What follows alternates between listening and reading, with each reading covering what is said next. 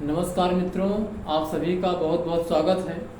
मित्रों, आज हम चर्चा करेंगे पीजीटी एग्जाम 2020 में जो संविधान से आए हुए प्रश्न हैं उनके बारे में।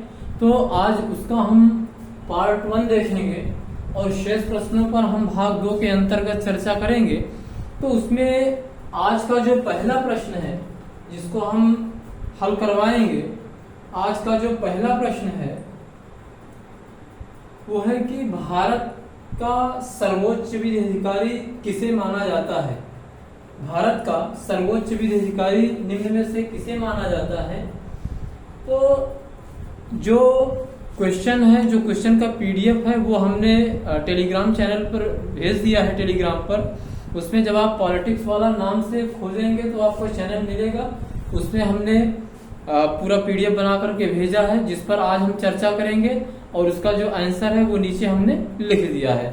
तो जो पहला प्रश्न है कि निम्न में से किसे भारत का सर्वोच्च विधिकारी माना जाता है, तो उसका जो सही आंसर है वो है भारत का महान्यायवादी।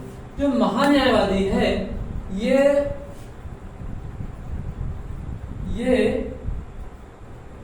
First law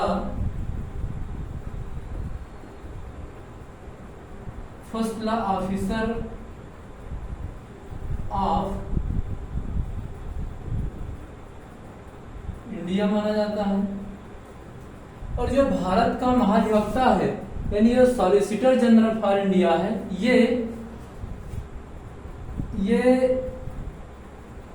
second law officer of India माना जाता है। और ये जो भारत का महान्यायवादी है, देखिए इस पे हमने डिटेल्ड में एक वीडियो बनाया है और ज्यादा जानकारी चाहिए तो आप उसको देख सकते हैं। लेकिन यहाँ पर जो मेन चीज है वो आप समझ लीजिए। तो भारत का जो महान्यायवादी है, अटॉर्नी जनरल फॉर इंडिया, वो first law officer of India माना जाता है। और जो सॉलिसिटर जनरल फॉर इंडिया है वो भारत का सेकेंड लॉ ऑफिसर माना जाता है। और जो ये भारत का महान्यायवादी है ये कॉन्स्टिट्यूशनल पोस्ट है।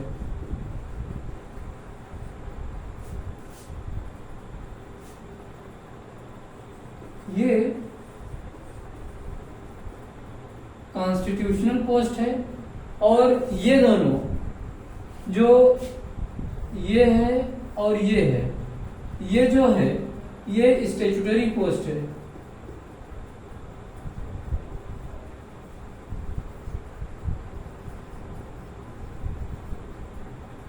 ये स्टैट्यूटरी पोस्ट है। कॉन्स्टिट्यूशनल पोस्ट और स्टैट्यूटरी पोस्ट का जो बेसिक डिफरेंस है वो आप समझ लीजिए। कॉन्स्टिट्यूशनल पोस्ट का मतलब जिसका उल्लेख संविधान में है, और जो स्टैट्यूटरी पोस्ट है जिसका उल्लेख संविधान में नहीं है बल्कि संसद द्वारा जो निर्मित विधि है उसमें उसका उल्लेख है। तो ये बेसिक डिफरेंस है। महान्यायवादी एक कॉन्स्टिट्यूशनल पोस्ट है और सॉलिसिटर जनरल फॉर इंडिया और additional solicitor general for India जो है ये स्टैट्यूटरी पोस्ट है। और अभी इस समय जो भारत के महाधिवक्ता हैं यानी सॉलिसिटर जनरल फॉर इंडिया हैं वो हैं तुषार मेहता। आप इनका नाम अक्सर इसमें सुन रहे होंगे क्योंकि इसमें जम्मू कश्मीर से जो आर्टिकल 370 हटाया गया है तो उस पर सुनवाई चल रही है। और भारत सरकार की तरफ से जो पक्ष रख रहे हैं भारत सरकार का, वो तुषार मेहता जी रख रहे हैं, सॉलिसिटर जनरल फॉर इंडिया रख रहे हैं।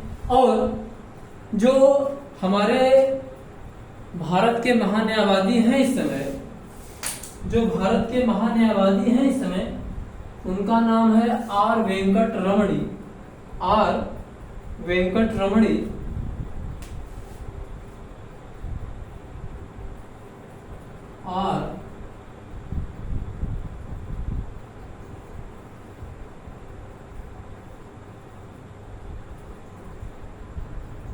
वेंकट रमणी। कहीं कहीं रमणी भी मिलता है, आर वेंकट रमणी। और ये 16वें एजीआई है, 16th attorney general for India, AGI. तो ये रहा आज का पहला प्रश्न।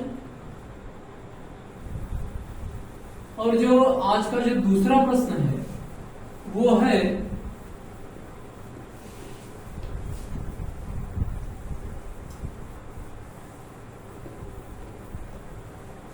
आज का जो दूसरा प्रश्न है उस पर हम आते हैं।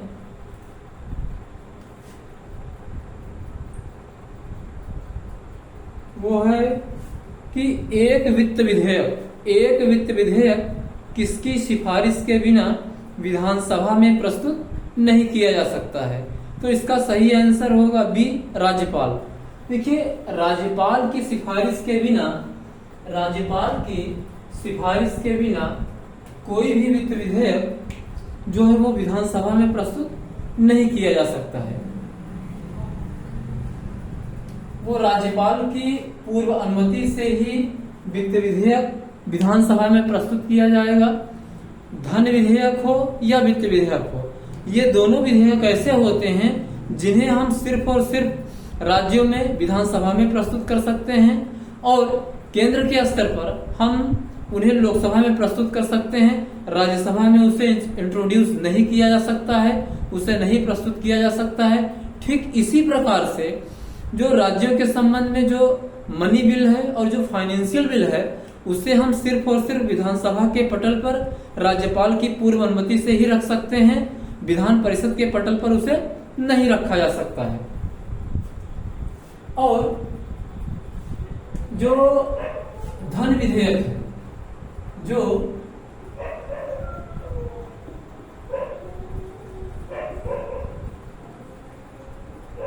धन विधेयक है और एक है वित्त विधेयक।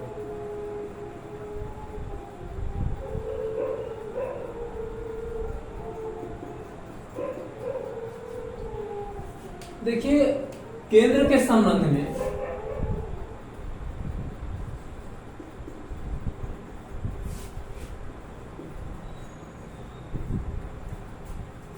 संबंध में जो धन विधेयक है उसका उल्लेख आर्टिकल 110 में है, और जो वित्त विधेयक है उसका उल्लेख जो है आर्टिकल 112 में है, जिसको कि आप एनुअल फाइनेंशियल स्टेटमेंट बजट के रूप में आप जानते हैं। और जो धन विधेयक है उसकी परिभाषा अनुच्छेद 110 में दी गई है, और उसमें यह कहा गया है कि धन विधेयक के अंतर्गत वही चीजें आती हैं, वही विषय आते हैं जिनका उल्लेख अनुच्छेद 110 में है, सिर्फ केवल। और वित्त विधेयक में क्या है कि जिनका उल्लेख अनुच्छेद 112 में प्लस इसके साथ साथ कुछ अन्य विषय ऐसे हैं जो वित्त विधेयक में आते हैं।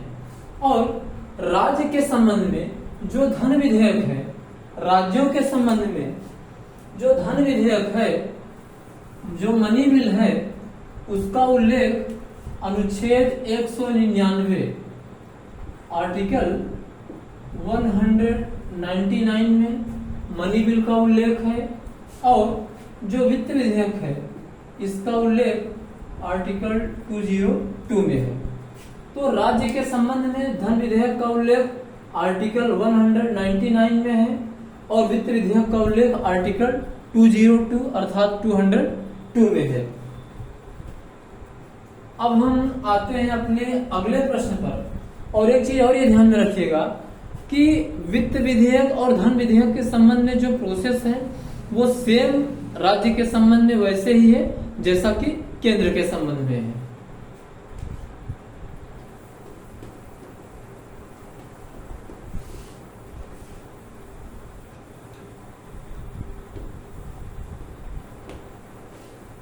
और राज्यों से जो संबंधित व्यवस्था है, जो संवैधानिक व्यवस्था है, उसका उल्लेख भारतीय संविधान के पार्ट 6 में है और चैप्टर 1 2 3 4 5 6 करके है। तो पार्ट 6 में कुल 6 चैप्टर हैं और वो जो पूरी की पूरी जो व्यवस्था है वो राज्य से संबंधित व्यवस्था ही है। अब हम आज का अगला प्रश्न देखते हैं जो है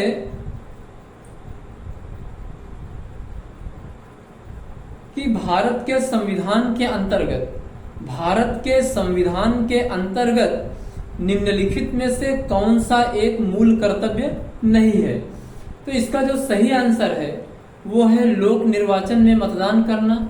यानी जो हमारे देश में चुनाव होता है, चाहे वो विधानसभा का चुनाव हो, लोकसभा का चुनाव हो, पंचायतों का चुनाव हो, XYZ कोई भी चुनाव हो, तो उसमें मतदान करना ये मूल कर्तव्य नहीं है, क्योंकि मूल कर्तव्य 11 हैं, लेकिन ये जो लोक निर्वाचन में मतदान करना ये उसमें शामिल नहीं है। देखिए, जो फंडामेंटल ड्यूटीज हैं, जो मूल कर्तव्य हैं, इनका उल्लेख मूल भारतीय संविधान में नहीं था। इनका उल्लेख मूल भारतीय संविधान में नहीं था और इसे भारतीय संविधान में 1976 में 42nd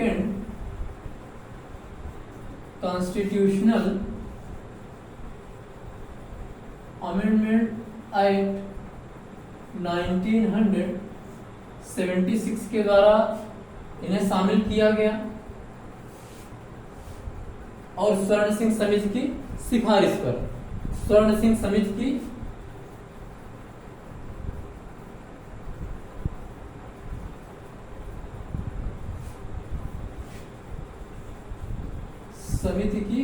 सिफारिश पर। और स्वर्ण सिंह समिति ने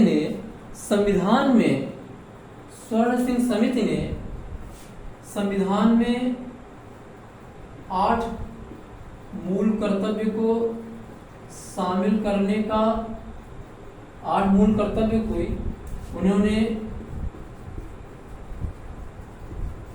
सिफारिश किया था, लेकिन अंततः इस संशोधन अधिनियम के द्वारा 10 मूल कर्तव्य जोड़े गए संविधान में। और देखिए, मूल कर्तव्य है क्या? देखिए, मूल कर्तव्य का सीधा सा मतलब ये है कि जो भारत के नागरिक हैं उसको आप ऐसे समझिए,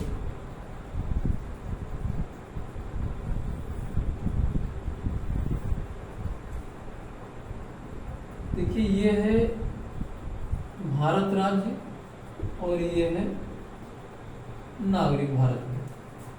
तो नागरिकों का यानी भारत के नागरिकों का अपने राज्य के प्रति यानी भारत राज्य के प्रति क्या कर्तव्य है, यानी भारत के नागरिकों का अपने राज्य के प्रति अपने भारत राज्य के प्रति क्या कर्तव्य है। तो जो मूल कर्तव्य है उसका मतलब यही है कि भारत के नागरिकों का अपने भारत राज्य के प्रति कर्तव्य।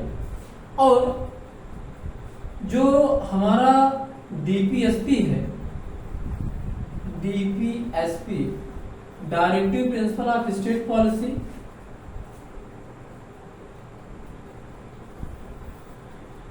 वो जो है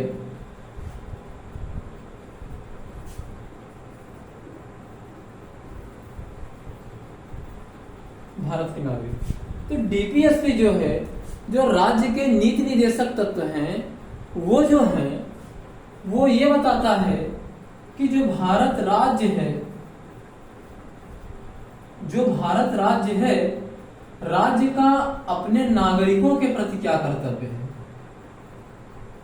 यानी भारत राज्य का अपने नागरिकों के प्रति क्या कर्तव्य है, उसे अपने नागरिकों के वेलफेयर के लिए, बेटरमेंट के लिए, उनकी भलाई के लिए, उनकी सुख सुविधा के लिए, उनके अच्छे जीवन के लिए, उनके कुशल क्षेम के लिए भारत राज्य को क्या करना है। तो DPSP के माध्यम से भारत राज्य को ये जिम्मेदारी दी गई है, भारत राज्य को ये उत्तरदायित्व दिया गया है कि आप अपने नागरिकों को ये चीजें उपलब्ध कराएंगे। तो जहां फंडामेंटल ड्यूटीज जो है ये बताती है कि भारत के नागरिकों का अपने राज्य के प्रति क्या कर्तव्य है। वहीं डीपीएससी ये बताता है कि भारत राज्य का अपने नागरिकों के प्रति क्या कर्तव्य है, क्या दायित्व है, क्या जिम्मेदारी है, क्या उन्हें करना है अपने नागरिकों के भलाई के लिए, ये बताता है। तो और उसके बाद क्या हुआ कि 86 कॉन्स्टिट्यूशनल अमेंडमेंट एक्ट के द्वारा 86 कॉन्स्टिट्यूशनल अमेंडमेंट एक्ट के द्वारा इसमें एक और मौलिक कर्तव्य जोड़ा गया, जिससे मौलिक कर्तव्यों की संख्या 11 हो गई है।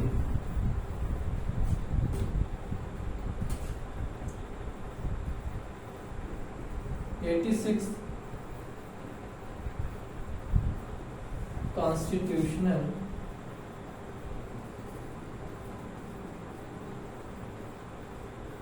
टू 2002 के द्वारा एक मूल कर्तव्य और जोड़ा गया, तो इसलिए अब कुल मिलाकर के 11 फंडामेंटल ड्यूटीज हैं भारत के संविधान में। और जो फंडामेंटल ड्यूटीज हैं इसका उल्लेख संविधान के part 4A article 51 capital A में किया गया है। अब देखिए कि जो 42nd कॉन्स्टिट्यूशनल अमेंडमेंट एक्ट 1976 है, उसी के माध्यम से भारतीय संविधान में पार्ट 4A यानी एक नया भाग पार्ट 4A और एक नया आर्टिकल 15 कैपिटल ए जोड़ा गया। और अब हम चलते हैं अपने अगले प्रश्न पर, जो है देखिए ये सारी चीजें एग्जाम के पॉइंट ऑफ व्यू से बहुत इंपॉर्टेंट हैं, और उसके साथ ही साथ किसी भी प्रश्न के संबंध में जो भी कॉन्सेप्चुअल चीजें हैं, जो भी अवधारणात्मक चीजें हैं, जो भी अवधारणा है, उसको भी हम आपको बता दे रहे हैं, क्योंकि क्वेश्चन फैक्चुअल के साथ साथ कॉन्सेप्चुअल भी पूछ सकता है। तो उस लेवल पर भी कोई गड़बड़ी ना हो, कोई दिक्कत ना हो, इसीलिए किसी भी क्वेश्चन के संबंध में जो फैक्चुअल चीजें हैं वो तो हम आपको बता ही रहे हैं, उसके साथ ही साथ जो कॉन्सेप्चुअल चीजें हैं उसका भी उल्लेख हम कर दे रहे हैं, ताकि आपको दिक्कत ना हो, ताकि चीजें आपको आसानी से समझ में आ जाएं और एग्जाम में कोई दिक्कत ना हो। अगला जो क्वेश्चन है मित्रों वो है, यदि भारत का राष्ट्रपति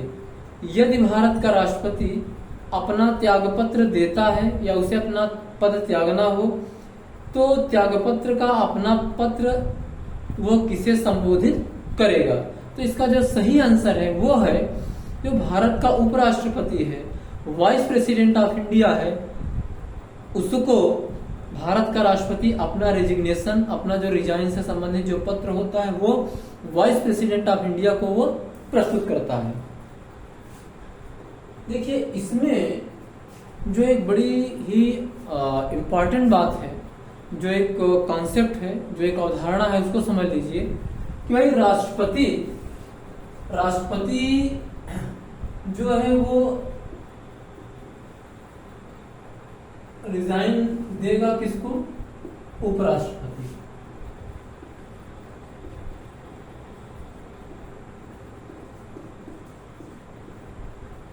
और ये भारतीय गणतंत्र में नंबर 1 की पोस्ट होती है और ये नंबर 2 की पोस्ट होती है।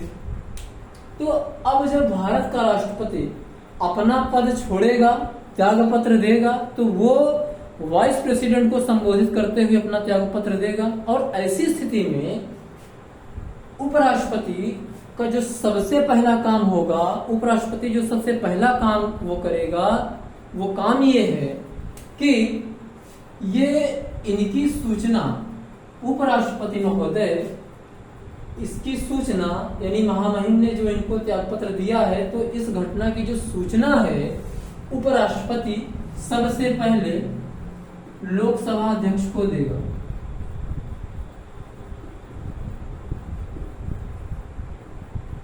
लोकसभा अध्यक्ष को देगा। अब लोकसभा अध्यक्ष को क्यों देगा? इसके पीछे क्या कारण है?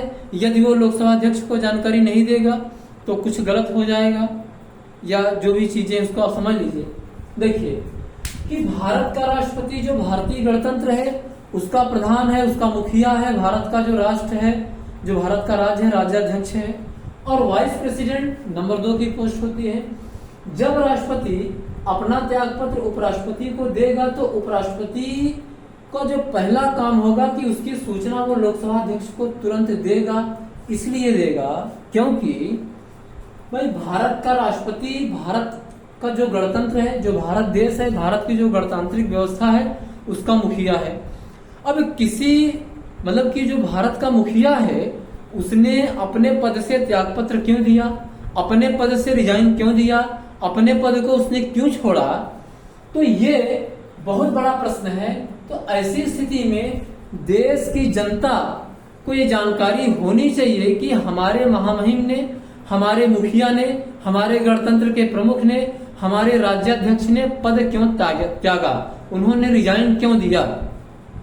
तो जब उपराष्ट्रपति इसकी सूचना लोकसभा अध्यक्ष को दे देगा तो इसके माध्यम से ये समझ लिया जाएगा कि पूरे देश को उसकी जानकारी हो गई कि हमारे महामहिम ने क्यों पद त्यागा। अब जानकारी कैसे होगी भाई? चूंकि जो लोकसभा है, लोकसभा में जो भी सदस्य हैं 543 जो सदस्य हैं और जो 2 मतलब कि मनोनीत होते हैं जिनका की जो प्रावधान है समाप्त कर दिया गया है लेकिन वो अभी हैं। तो जो लोकसभा के सदस्य हैं पूरे देश से जनता द्वारा प्रत्यक्ष रूप से निर्वाचित होकर के आए हैं, तो ये सारे जनप्रतिनिधि हैं। और जो लोकसभा अध्यक्ष है ये लोकसभा के मुखिया हैं, यानी जो लोकसभा रूपी जो सदन है, जो घर है, उसके मुखिया हैं। तो जब वाइस प्रेसिडेंट लोकसभा अध्यक्ष को, लोकसभा के मुखिया को या लोकसभा रूपी घर के मुखिया को, उसके संरक्षक को जब ये सूचना दे देंगे तो ये समझ लिया जाएगा कि पूरे देश को इस बात की जानकारी हो गई है कि हमारे महामहिम ने पद क्यों त्यागा है। जैसे मान लीजिए एक छोटा सा उदाहरण लीजिए, जैसे भाई हम आप भारतीय समाज में रहते हैं तो जहां भी संयुक्त फैमिली है, जो ज्वाइंट फैमिली है, तो वहां पर जो मुखिया होता है, कोई भी इनविटेशन होता है या कोई भी कार्यक्रम होता है तो मुखिया को इनवाइट कर दिया जाता है, मुखिया के नाम से इनविटेशन कार्ड भेज दिया जाता है। तो ये समझ लिया जाता है कि उस घर में जितने भी मेंबर हैं, उस घर में जितने भी मेंबर हैं सबको इस बात की जानकारी हो गई कि फला दिन वहां पर ये कार्यक्रम है, फला दिन वहां पर ये प्रोग्राम है, कार्यक्रम है, XYZ जो भी है। तो ठीक उसी प्रकार से जब उपराष्ट्रपति लोकसभा अध्यक्ष को इस बात की जानकारी दे देगा तो ये समझ लिया जाएगा कि पूरे देश को इस बात की जानकारी हो गई कि हमारे महामहिम ने पद क्यों त्यागा। इसीलिए उपराष्ट्रपति बिना किसी देरी के जितना जल्दी संभव हो सकता है राष्ट्रपति के रिजाइन की जो सूचना होती है वो लोकसभा अध्यक्ष को तुरंत दे देते हैं और इसके माध्यम से ये समझ लिया जाता है कि पूरे देश को ये जानकारी हो गई कि हमारे महामहिम ने पद क्यों त्यागा है, पद क्यों छोड़ा है, पद किन कारणों से छोड़ा है। तो ये इसके पीछे जो कॉन्सेप्चुअल अवधारणा है कि उपराष्ट्रपति लोकसभा अध्यक्ष को सूचित क्यों करता है महामहिम के राष्ट्रपति की जो सूचना है। अब आज का जो अगला प्रश्न है वो हम देखते हैं, वो ये है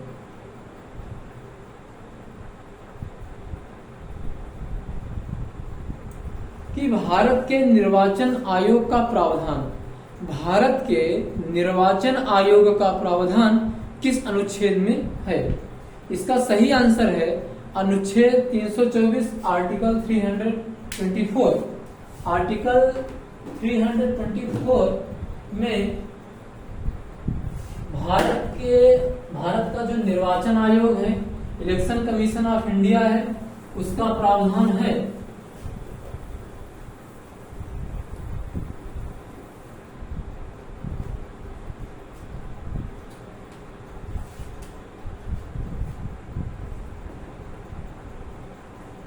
आर्टिकल 324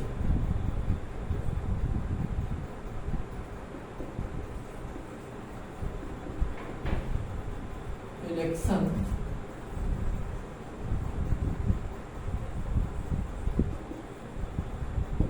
कमीशन ऑफ इंडिया। तो आर्टिकल 324 में इलेक्शन कमीशन ऑफ इंडिया का प्रावधान है।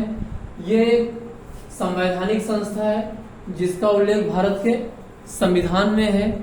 और जो इलेक्शन कमीशन ऑफ इंडिया है, इलेक्शन कमीशन ऑफ इंडिया है, इसकी जो स्थापना हुई थी वो 25 जनवरी 1950 को हुई थी। इसीलिए मित्रों 25 जनवरी को भारत में प्रतिवर्ष राष्ट्रीय मतदाता दिवस, राष्ट्रीय मतदाता दिवस मनाया जाता है। और भारत में जो पहली बार, जो first time national voters day मनाया गया, उसकी शुरुआत होती है 2011 से। उसकी शुरुआत होती है 2011 में, अर्थात भारत में जो पहला नेशनल वोटर्स डे मनाया गया वो मनाया गया 2011 में। और उस समय जो भारत के चीफ इलेक्शन कमिश्नर थे वो थे S.Y. कुरैशी। S.Y. कुरैशी जी उस समय भारत के चीफ इलेक्शन कमिश्नर थे। इन्हीं के टाइम में नेशनल वोटर्स डे को मनाने की प्रथा प्रारंभ हुई। वो इलेक्शन कमीशन की स्थापना के याद में उनके मतलब कि 25 जनवरी को स्थापना हुई थी। तो उसी की याद में, उसी के शुभ अवसर पर 2011 से 25 जनवरी को प्रतिवर्ष नेशनल वोटर्स डे के रूप में मनाए जाने का जो कार्यक्रम है वो शुरू हुआ, वो सिलसिला शुरू हुआ और आज तक चल रहा है और आगे भी चलता रहेगा। ये अच्छी बात है। और देखिए इलेक्शन कमीशन ऑफ इंडिया जो है वो भारत में सिर्फ और सिर्फ 6 चुनाव को ही करवाता है। 6 चुनाव ही ऐसे हैं जिन्हें इलेक्शन कमीशन ऑफ इंडिया करवाता है। बाकी जो अन्य चुनाव हैं, भारत में और भी बहुत सारे चुनाव होते हैं, उनको जो स्टेट इलेक्शन कमीशन होते हैं वो करवाते हैं। तो जो 6 इलेक्शन कमीशन ऑफ इंडिया करवाता है वो है कौन?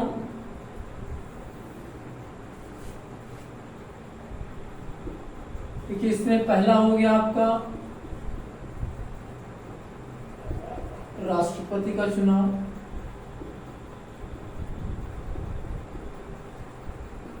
उपराष्ट्रपति का चुनाव,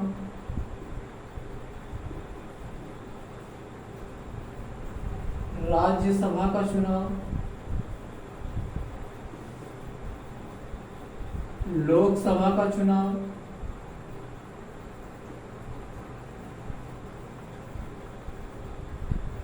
विधान परिषदों का चुनाव और विधानसभाओं का चुनाव।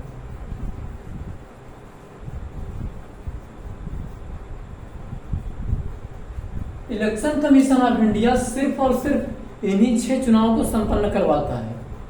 इन्हीं 6 चुनाव को संपन्न करवाना, उसके लिए इलेक्टोरल रोल को तैयार करवाना, निर्वाचक नामावली को तैयार करवाना, ये इनका काम है। और ये यही 6 चुनाव को संपन्न करवाते हैं।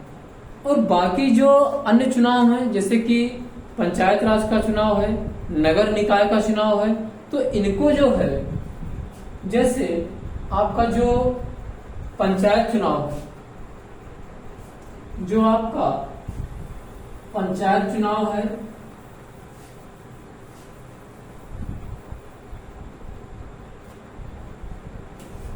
जिसे जो आपका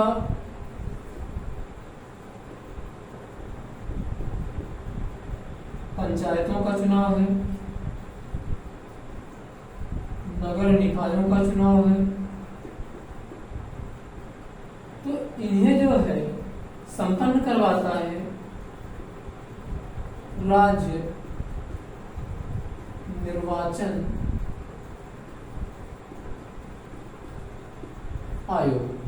अब देखिए जो स्टेट इलेक्शन कमीशन है, इसका जो प्रावधान है, आर्टिकल 243 के में, आर्टिकल 243 के में इसका प्रावधान है स्टेट इलेक्शन कमीशन का। और देखिए जो स्टेट इलेक्शन कमीशन है, ये इनका प्रावधान मूल भारतीय संविधान में नहीं था। इसका जो प्रावधान किया गया वो 73rd कॉन्स्टिट्यूशनल अमेंडमेंट एक्ट 1992 के द्वारा किया गया। और इस 73rd कॉन्स्टिट्यूशनल अमेंडमेंट एक्ट जो कि पंचायत राज से संबंधित है, जो कि पंचायतों से संबंधित है, इसे लागू किया गया 24 अप्रैल 1993 में। और इसीलिए आप देखते होंगे, आप सुनते होंगे मीडिया के माध्यम से या किताबों में आप पढ़े भी होंगे कि भारत में प्रतिवर्ष 24 अप्रैल पंचायत राज दिवस के रूप में मनाया जाता है। 24 अप्रैल को प्रतिवर्ष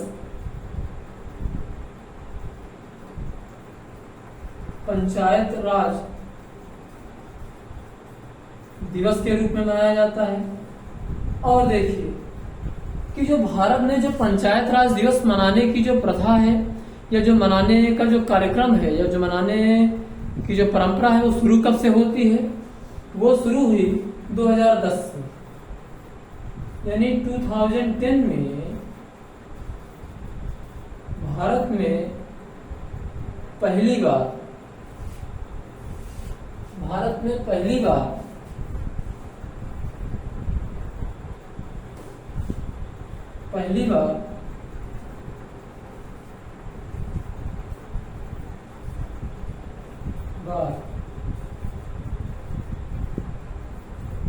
पंचायत राज दिवस मनाया गया। और इस समय जो केंद्र में जो ग्रामीण विकास मंत्री थे,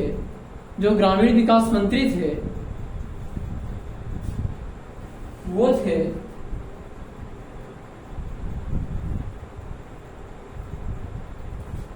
जो पंचायत राज मंत्री थे, अभी उनका एग्जैक्ट नाम हमको नहीं याद आ रहा है, इसलिए उसको आप मत लिखिए। वो संभवतः सीपी जोशी थे, उसमें पंचायती राज जो मंत्री थे वो संभवतः सीपी जोशी थे, अभी हमको कंफर्म नहीं है। तो इतने चुनाव इलेक्शन कमीशन ऑफ इंडिया करवाता है, बाकी जो पंचायतों का चुनाव और जो नगर निकायों का चुनाव है उनको स्टेट इलेक्शन कमीशन करवाते हैं। स्टेट इलेक्शन कमीशन का जो प्रावधान है आर्टिकल 243 के में है। ये 73rd कॉन्स्टिट्यूशनल अमेंडमेंट एक्ट 1992 के द्वारा इसकी व्यवस्था की गई। 24 अप्रैल को वो लागू किया गया और इसीलिए भारत में प्रतिवर्ष पंचायती राज दिवस जो है 24 अप्रैल को मनाया जाता है। और पहली बार भारत में जो पंचायत राज दिवस है वो 2010 में मनाया गया। अब हम आते हैं अपने अगले क्वेश्चन पर। अब देखिए इसमें जो है कुछ भी पूछ सकता है कि भाई स्टेट इलेक्शन कमीशन का प्रावधान मूल संविधान में था या बाद में लाया गया, कहां पर प्रावधान है, किन किन चुनावों को संपन्न करवाता है और किस संशोधन अधिनियम के माध्यम से लाया गया, वो संशोधन अधिनियम कब लागू किया गया और भारत में प्रथम पंचायत राज दिवस कब मनाया गया। ये तमाम सारे प्रश्न हैं जो एग्जाम के पॉइंट ऑफ व्यू से बड़े ही इंपॉर्टेंट है, कुछ भी पूछा जा सकता है, इसलिए आप इन सभी चीजों पर गौर करिएगा। अब अगला जो प्रश्न है वो है कि जिला और सत्र न्यायाधीश किसके सीधे नियंत्रण में कार्य करता है? तो इसका सही आंसर है राज्य का उच्च न्यायालय, जो स्टेट हाई कोर्ट्स होते हैं, जो स्टेट हाई कोर्ट होता है, हर राज्य का अपना एक उच्च न्यायालय होता है। तो जो उच्च न्यायालय है उसके सीधे नियंत्रण में डिस्ट्रिक्ट एंड सेशन जज, जिला और सत्र न्यायाधीश कार्य करते हैं। तो यहाँ पर जो आ रहा है जिला और सत्र न्यायाधीश,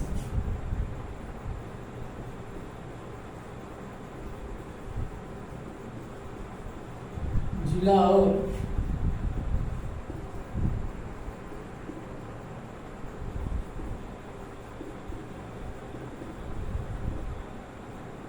सत्र न्यायाधीश। अब देखिए जो जिला और सत्र न्यायाधीश है ये दोनों एक हैं कि दोनों अलग अलग हैं, और यदि एक हैं तो दो नाम क्यों है, इसके पीछे क्या कारण है, वो जो कॉन्सेप्ट है, जो अवधारणा है, जो विचार है वो आप समझ लीजिए। देखिए भारत में जो न्यायपालिका की व्यवस्था है वो इकहरी है, पिरामिडी आकार में है। तो सबसे ऊपर हो गया आपका सुप्रीम कोर्ट, उसके नीचे हाई कोर्ट हो गया, फिर उसके नीचे आपके डिस्ट्रिक्ट कोर्ट हो गए। तो जो भारत में जो डिस्ट्रिक्ट कोर्ट है उनको अधीनस्थ न्यायालय कहा जाता है।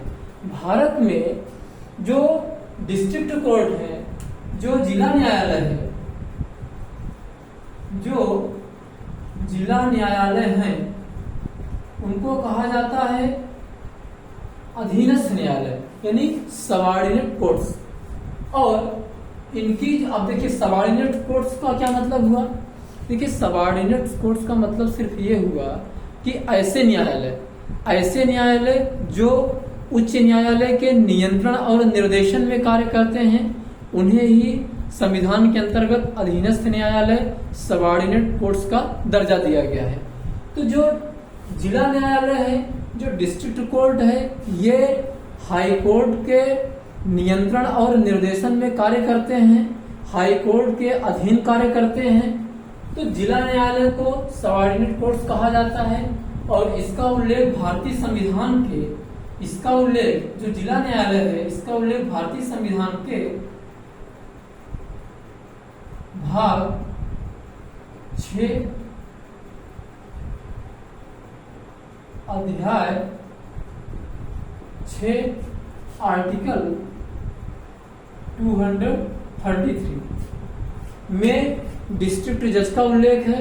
और ध्यान में रखिएगा कि भारतीय संविधान का यही एकमात्र ऐसा अनुच्छेद है जहां पर डिस्ट्रिक्ट जज, जिला न्यायाधीश का उल्लेख है, और जिला न्यायाधीश का जो पद है वो संवैधानिक पद है, क्योंकि उसका उल्लेख संविधान में है। इसलिए जो डिस्ट्रिक्ट जज है वो एक संवैधानिक पद है।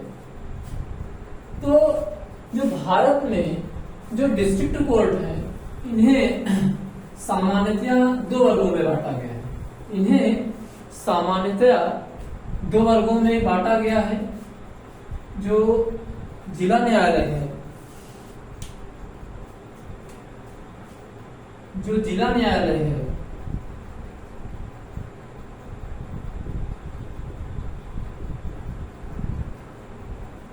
देखिए, जो जिला न्यायालय है इन्हें दो वर्गों में बांटा गया है।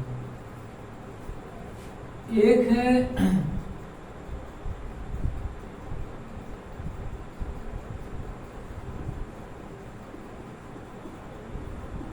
दीवानी न्यायालय, और दूसरा है आपका फौजदारी न्यायालय। इसको कहा जाता है सिविल कोर्ट, और इसको कहा जाता है क्रिमिनल कोर्ट।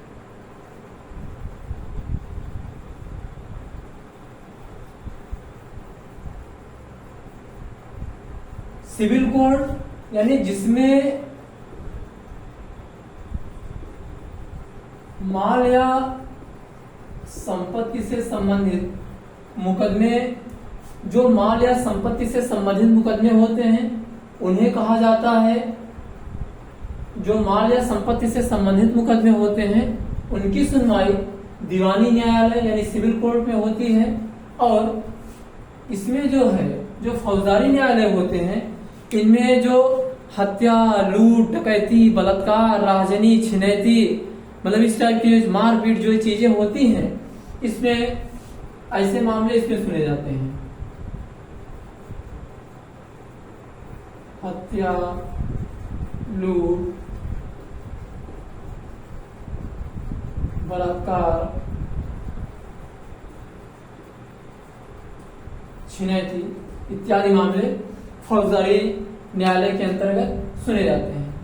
अब देखिए कि जो जिला जज होता है, जो डिस्ट्रिक्ट जज होता है, वो जिला न्यायालय का सबसे बड़ा न्यायाधीश होता है, सबसे उच्च न्यायाधीश होता है।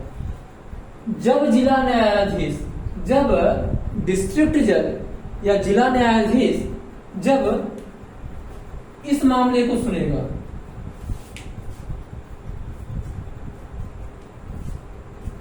देखिए जब जिला न्यायाधीश इस मामले को सुनेगा, माल संबंधी मुकदमे, संपत्ति संबंधी मुकदमे जब वो सुनेगा तो वो कहा जाएगा जिला न्यायाधीश।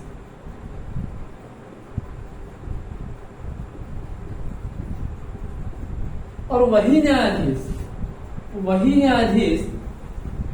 जब फौजदारी न्यायालय में बैठेगा, इनसे संबंधित मुकदमों को सुनेगा, तब वही न्यायाधीश सत्र न्यायाधीश कहा जाएगा, सेशन जज कहा जाएगा। इसीलिए जो डिस्ट्रिक्ट जज होता है उसे सेशन जज भी बोला जाता है, इसीलिए सेशन जज बोला जाता है।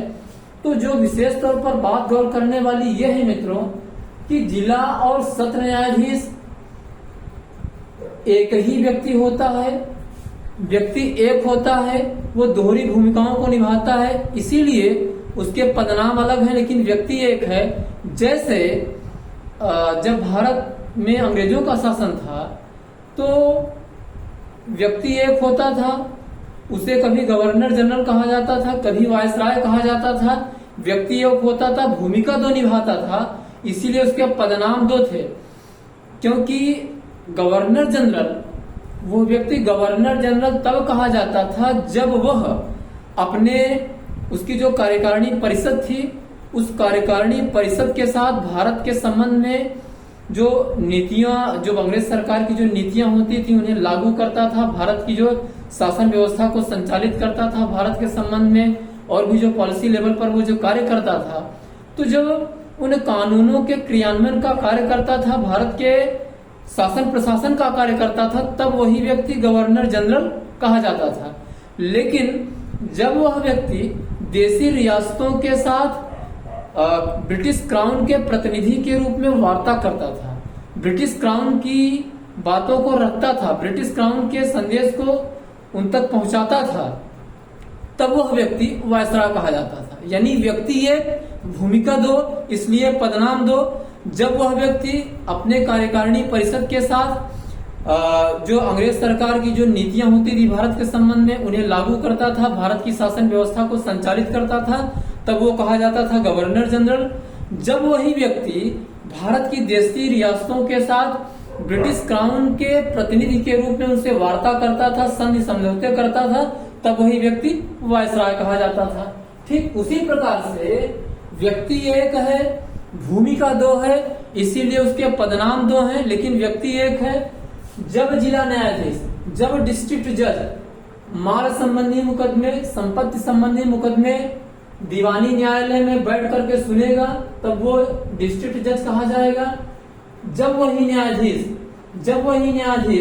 फौजदारी मामले सुनेगा, फौजदारी न्यायालय में बैठेगा, हत्या, लूट, डकैती, बलात्कार, छिनैती, राहजनी, जेबकतरी से संबंधित मामले सुनेगा, तब वो कहा जाएगा सत्र न्यायाधीश, सेशन जज कहा जाएगा। तो यही बेसिक डिफरेंस है, पदनाम दो है लेकिन व्यक्ति एक है।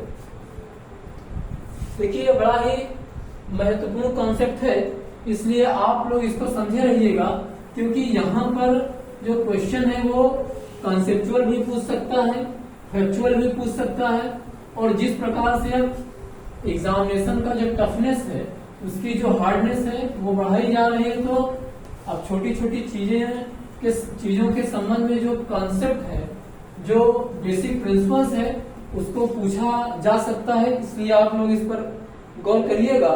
तो आज का जो अगला क्वेश्चन है, आज का जो अगला क्वेश्चन है वो है कि अगला क्वेश्चन है कि भारत के संविधान में जो समानता का अधिकार है, जो राइट टू इक्वलिटी है, वो किन अनुच्छेद में दिया गया है, मतलब किस अनुच्छेद से लेकर के किस अनुच्छेद तक दिया गया है। तो जो ये समानता का अधिकार है वो भारतीय संविधान में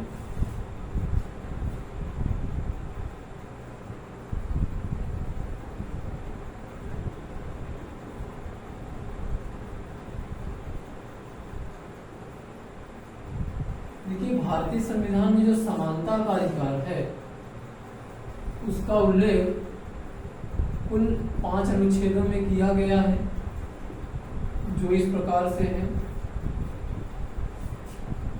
उसमें आपका जो आर्टिकल 14 है, इसमें 2 अवधारणा है, विधि के समक्ष समता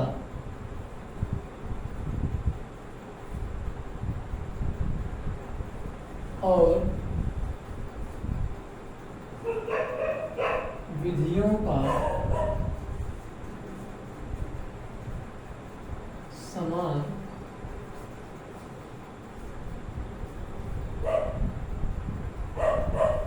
समान संरक्षण।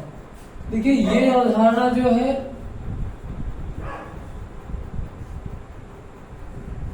ब्रिटेन से ली गई है, ये अवधारणा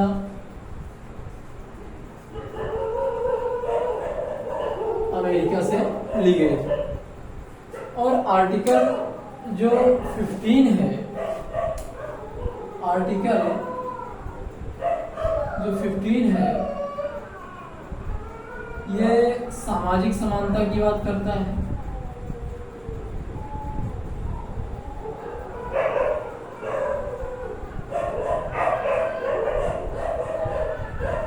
ये सामाजिक समानता की बात करता है। कैसे करता है? क्योंकि इसमें कहा गया है ना कि धर्म, मूल वंश, जाति, लिंग, जन्म स्थान या इनमें से किसी के आधार पर विभेद का प्रतिषेध किया गया है। तो इसके पीछे मूल कारण ये, इसके पीछे का जो मूल उद्देश्य ये है कि भारत में जो एक प्रकार से जो लोग एक दूसरे को छूते नहीं थे, पब्लिक प्लेस पर उनके साथ भेदभाव किया जाता था, तो उस प्रकार की व्यवस्था को समाप्त करने का प्रावधान किया गया है। इसलिए धर्म, मूल वंश, जात, लिंग, जन्म स्थान अथवा इनमें से किसी के आधार पर कोई भेदभाव नहीं किया जाएगा। जो पब्लिक प्लेस है वहां पर किसी को इन आधारों पर मनाही नहीं की जाएगी। और जो आर्टिकल 16 है, आपका आर्टिकल 16 है, इसमें अवसर की समानता की बात की गई है। अवसर की समानता का उल्लेख है।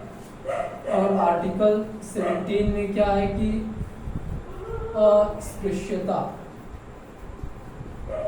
अस्पृश्यता का अंत, अस्पृश्यता के अंत की बात की गई है। और आर्टिकल 18 जो है ये उपाधियों के अंत की बात करता है। उपाधियों के अंत की बात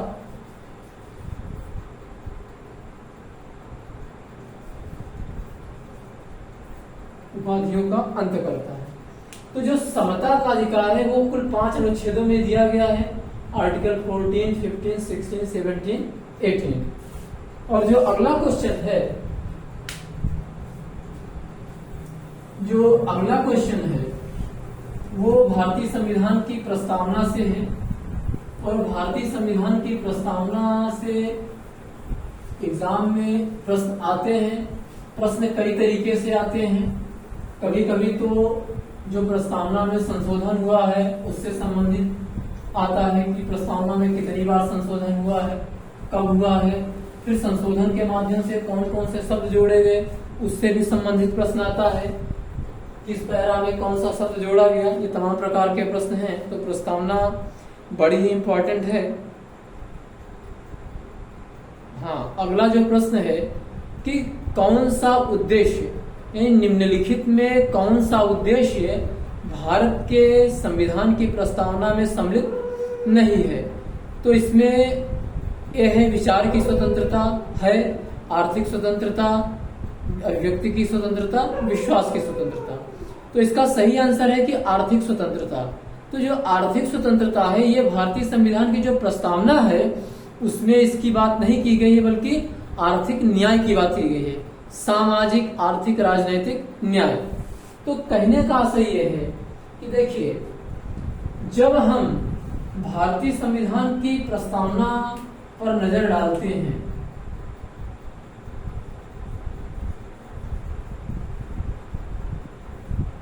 देखिए, जब हम प्रस्तावना की बात करते हैं, भारतीय संविधान की जो प्रस्तावना है,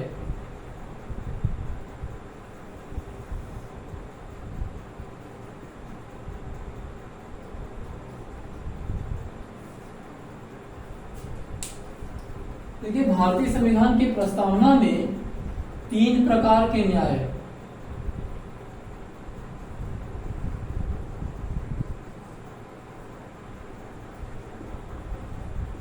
तीन प्रकार के न्याय की बात की गई है।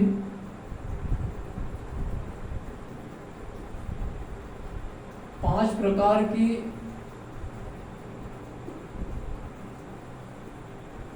प्रकार की स्वतंत्रता की बात की गई है और 2 प्रकार की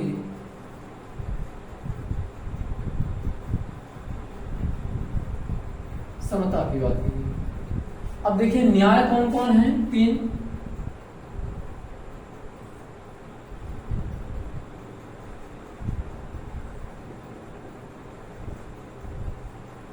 सामाजिक न्याय,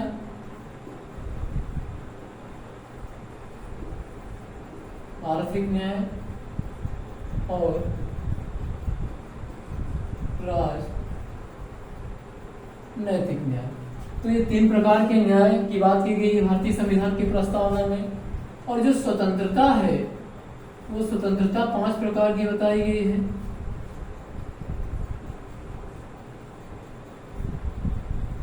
देखिए विचार की स्वतंत्रता है, अभिव्यक्ति की स्वतंत्रता है,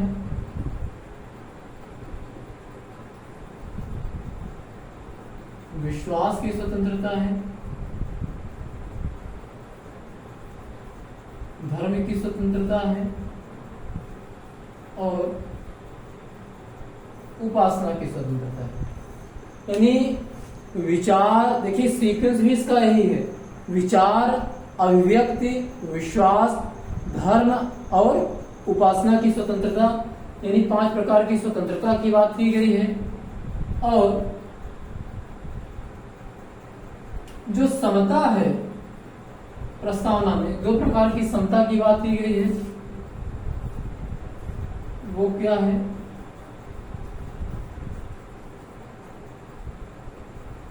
प्रतिष्ठा की समता और अवसर की समता। प्रतिष्ठा की समता और अवसर की समता। अब देखिए इसमें जो क्वेश्चन है ये आपसे पूछ सकता है कि कितने प्रकार के न्याय की बात की गई है, 2, 3, 5 ऐसे ऐसे करके, या कितने प्रकार के न्याय की बात की गई है, कितने प्रकार की समता की बात की गई है, कौन कौन सी समता है, कौन कौन से न्याय है, कौन कौन सी स्वतंत्रता है। तो ये है, इसमें से किसी भी प्रकार से क्वेश्चन आपसे पूछा जा सकता है।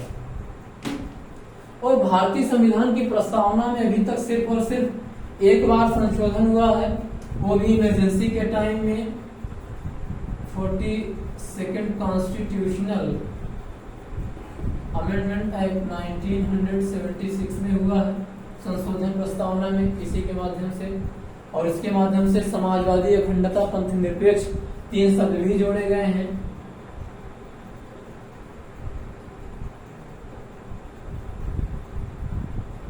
समाजवादी,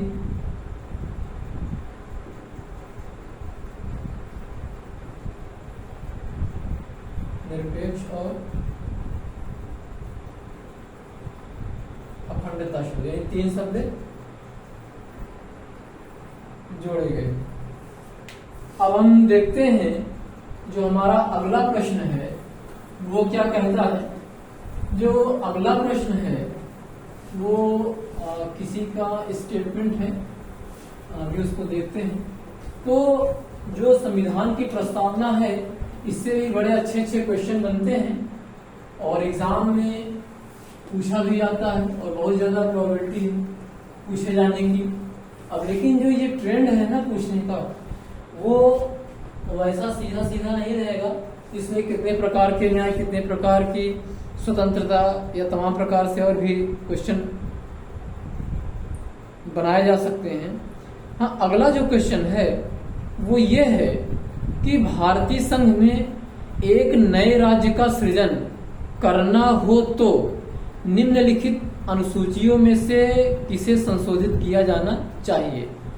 अनुसूची फर्स्ट, अनुसूची सेकंड, अनुसूची थर्ड, अनुसूची फिफ्थ। तो जो अनुसूची फर्स्ट है इसे संशोधित करना पड़ेगा। संशोधित इसलिए करना पड़ेगा क्योंकि जो आपका भारतीय संविधान का जो शेड्यूल फर्स्ट है, जो अनुसूची फर्स्ट है,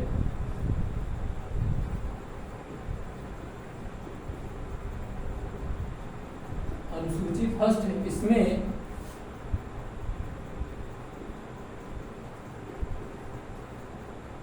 राज्यों का नाम और क्षेत्र और जो भारत के संघ राज्य हैं यानी केंद्र शासित प्रदेश हैं उनका नाम और क्षेत्र यानी सीमा। तो भाई जब किसी नए राज्य का निर्माण किया जाएगा भारत के अंदर, तो अब किसी राज्य से काट या तो किसी राज्य को बांट करके किया जाएगा, हाँ, या तो कुछ राज्यों की सीमा को मिला करके किया जाएगा, या 2 राज्यों को मर्ज करके किया जाएगा। तो अंततः क्या है कि जो बाउंड्री है उसमें बदलाव होगा, और जब बाउंड्री में बदलाव होगा तो आपको अनुसूची फर्स्ट में बदलाव करना पड़ेगा, क्योंकि अनुसूची फर्स्ट में जो राज्य हैं यानी भारत की जो इकाइयां हैं वो और जो संघ राज्य क्षेत्र हैं उनके नाम और उनकी सीमाएं हैं। तो जब नया राज्य बनेगा तो सीमा बदलेगी, भाई हो सकता है नाम भी बदल जाए। तो जब ये गतिविधि होगी तो बिल्कुल क्लियर है कि अनुसूची फर्स्ट में बदलाव आपको करना ही करना है, बगैर उसके काम नहीं चलेगा। क्योंकि जो नया राज्य अस्तित्व में आएगा तो भाई उसका भी अनुसूची फर्स्ट में नाम होना चाहिए, तो वो संशोधन के माध्यम से ही होगा। इसलिए अगर कोई नया राज्य बनाया जाता है, कोई नया राज्य क्रिएट किया जाता है, तो शेड्यूल फर्स्ट में संशोधन एकदम मस्ट है, अनिवार्य है, वो करना ही पड़ेगा, उसके बगैर काम नहीं चलेगा। और आज का जो अगला प्रश्न है वो हम देखते हैं, वो क्या है।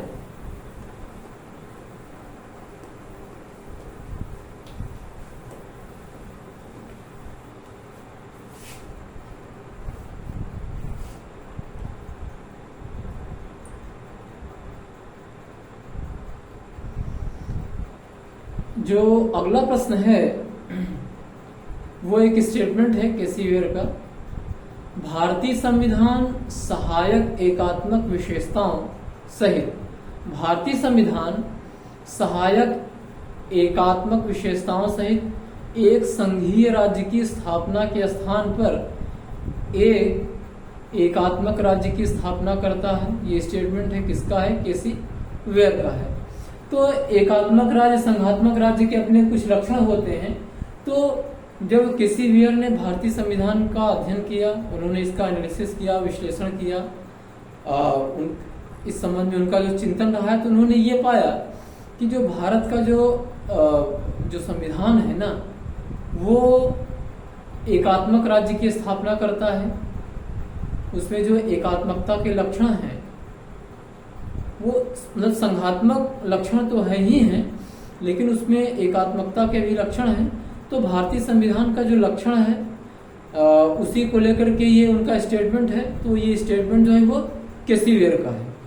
और जो अगला क्वेश्चन है, ये अगला क्वेश्चन बड़ा अच्छा है कि मौलिक अधिकारों के कार्यवाहन के संबंध में, मौलिक अधिकारों के कार्यवाहन के को निलंबित करने का अधिकार किसको है। अर्थात कि जब भारत में नेशनल इमरजेंसी लागू होती है, जो राष्ट्रीय आपातकाल है, जब वो लागू होता है, तो ऐसी कंडीशन में जो फंडामेंटल राइट्स हैं हमारे आपके, जो भारत के नागरिकों के फंडामेंटल राइट्स हैं, तो उन्हें निलंबित कौन करता है, निलंबित करने का अधिकार किसको है, तो वो अधिकार है राष्ट्रपति को।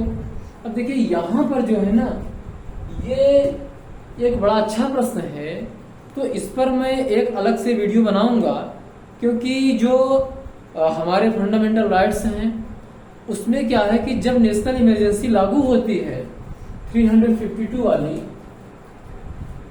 जब आर्टिकल 352 के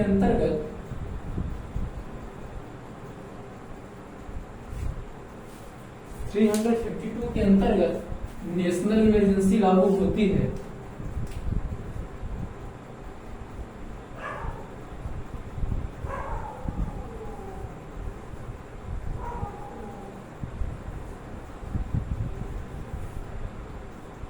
जब नेशनल इमरजेंसी लागू होती है तो कुछ फंडामेंटल राइट्स तो ऐसे होते हैं कि जैसे इमरजेंसी की घोषणा हुई वो तत्काल निलंबित हो जाते हैं, और कुछ ऐसे फंडामेंटल राइट्स होते हैं कि जो तब निलंबित होंगे जब प्रेसिडेंट उनके लिए अलग से ऑर्डर जारी करेगा, और कुछ ऐसे फंडामेंटल राइट्स होते हैं जो निलंबित किए ही नहीं जा सकते हैं। तो जो 3 कैटेगरी बन रही है, उसमें कौन ऐसे हैं जो खुद ब खुद जैसे ही नेशनल इमरजेंसी की घोषणा होती है, उसका जो प्रोक्लामेशन होता है वो जैसे ही होता है वो अपने आप निलंबित हो जाते हैं, कुछ को निलंबित करने के लिए अलग से प्रेसिडेंट ऑर्डर जारी करते हैं, और कुछ निलंबित होते ही नहीं हैं। तो जो ये 3 कैटेगरी बन रही है वो कौन कौन से हैं, तो इस पर एक काफी बड़ा लेक्चर हो जाएगा, अभी टाइम बहुत ज्यादा लगेगा। इसलिए आप सिर्फ ये समझ लीजिए कि जो मौलिक अधिकारों के जो निलंबित करने की शक्ति है वो राष्ट्रपति के पास है, और जिन मौलिक अधिकारों को निलंबित नहीं किया जा सकता है किसी भी हाल में, वो है आर्टिकल 20 और 21। आर्टिकल 20 और आर्टिकल 21 के अंतर्गत जो भी मौलिक अधिकार आते हैं उन्हें किसी भी सूरत में निलंबित नहीं किया जा सकता है। तो ये जो किसी भी सूरत में निलंबित नहीं किया जा सकता है, आर्टिकल 20 और 21 के तहत जो प्रदत्त फंडामेंटल राइट्स हैं उन्हें निलंबित नहीं किया जा सकता है किसी भी कंडीशन में।